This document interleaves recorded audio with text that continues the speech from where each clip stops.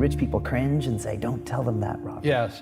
Don't tell people what you know. Right. Keep them poor. So my father was the head of education, PhD, all that stuff. I go home and ask him, said, why don't we learn about money in school? And he looked at me and says, because the government doesn't let us teach that subject. The government tells us what we can teach and what we can't teach. And I thought that was strange. And I said, but aren't we going to school to learn about money? He says, no, your job is to get a job. I said, but you get a job to earn money. He goes, no, you're supposed to just get a job. And I went, no. Isn't the purpose of a job to earn money? He goes, you're correct. I said, so why don't I just learn about money? I can skip the job part, you know? And he got flustered and he said, if you want to learn about money, why don't you ask your best friend's father about money? And I said, why? That's Mike. So why ask him? He says, because Mike's father is an entrepreneur. And I said, what are you? He says, I'm an employee. I'm a government employee. I went, oh, what's the difference? He says, the difference is an entrepreneur must know about money, or they're no longer entrepreneurs. And he says an employee doesn't have to know anything about money, because the government will take care of them, the company will take care of them. So I'm all confused. But I took my dad's advice and I trundled over to Mike's father's office and knocked on his door and I said, hey, I'm here, 9 years old. Teach me about money. He says, beat it, kid, you know. But that's where the story of Rich Dad, Poor Dad started. And finally, through persistence, my rich dad started teaching me about money on one condition. And that condition was he would never pay me. He says, the moment I pay you, you think like an employee. He says, that's the trap. Entrepreneurs work for free.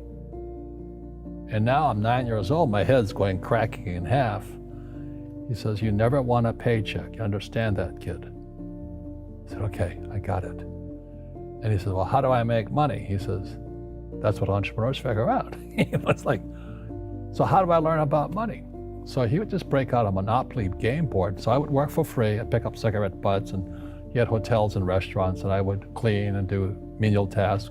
And as I got older, I started getting into office work and marketing and accounting, and I was an apprentice basically, but I always worked for free. And he would teach me about money, but the way he taught me about money was playing Monopoly. And finally one day I got upset. I said, well, when are you going to teach me about money? He says, what do you think we're doing? We're playing Monopoly. He goes, no. What do you think we're doing?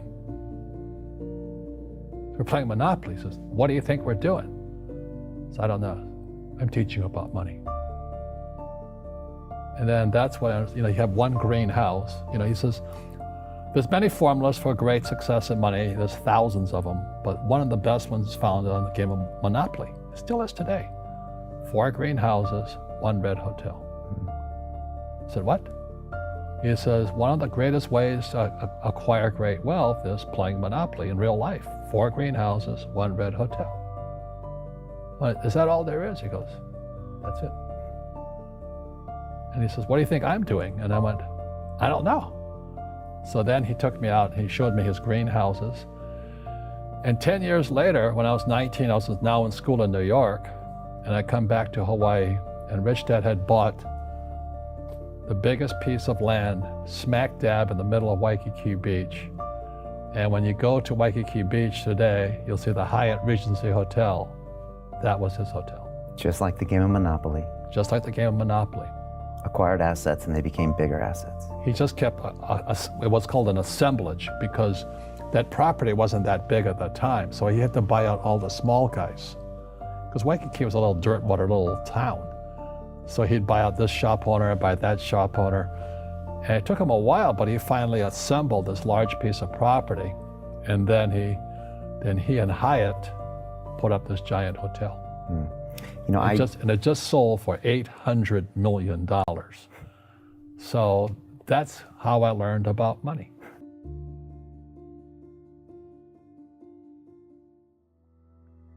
I've had financial crashes. I've had people stab me in the back, but they're all good because I grow from it. That's spirituality. Right. People who are afraid of making mistakes, like they teach in school, they don't ever grow. because spirituality is there's good and there's bad, there's right and there's wrong, there's up and there's down. Most people only want to be right, they only want to be positive. Well, you can't have that. That's not reality. Well, I wasn't poor by most people's standards, but I came from a family with a poor attitude, if you know what I mean. Because rich, poor, middle class, poverty starts with a fundamental attitude. Poverty is passed on. It's taught in your families. And middle class is taught in families. And so the people right now who are sitting at home, who are struggling financially or worried about money or unhappy, they may be making a lot of money, but unhappy with what they're doing, it was probably taught to you. You know, your super ego was taught, get a job, work hard, or you'll never be rich, or the rich are evil, or whatever. The school system will never teach you about money.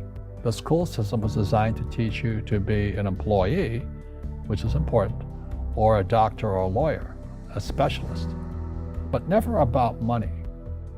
And what most people lack is real business knowledge, like accounting, like debt, like taxes. You got to know that stuff, but they don't teach it in school to anybody. So, and then when people ask me, how did your rich dad learn this when your poor dad, a PhD, didn't? And the answer is very simply, my rich dad, who's my best friend's father, his father died when he was 13. So rich dad had this family business at 13 to run. So he had to drop out of school, which was his blessing.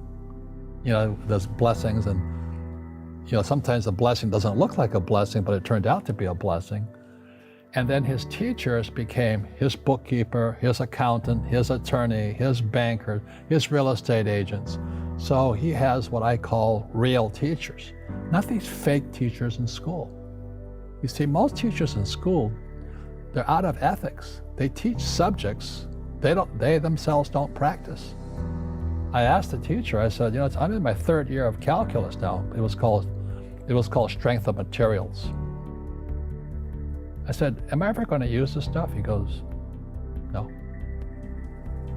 I said, why do you teach it? He says, because I get paid. I said, do you ever use it? He goes, no. And that's why, you have to, in life, one of the things I suggest to people, you got to find a real teacher versus a fake teacher. And a fake teacher is somebody who doesn't do what they teach.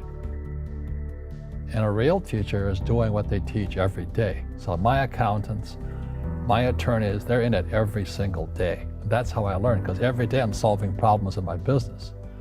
So I have accountants and attorneys and bankers and all these people on speed dial because I'm solving problems with my team.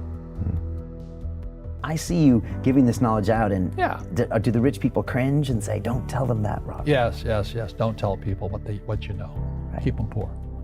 But unfortunately, the poor, as was in the Bible, I'm not real religious, the poor will always be amongst us because it starts up here. Right, it's that fear mentality.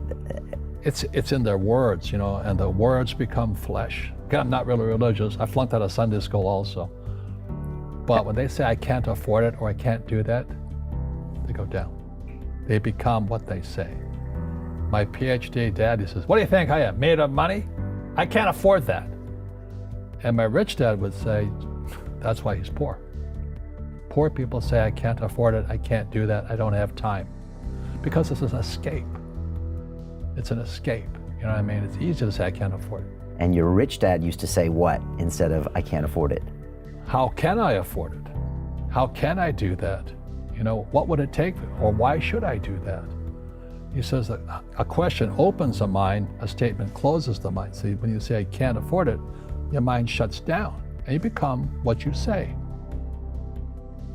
Rugby is a team sport, but so is soccer. The rules are different. And other people are golfers. They play by themselves. And so everybody's different.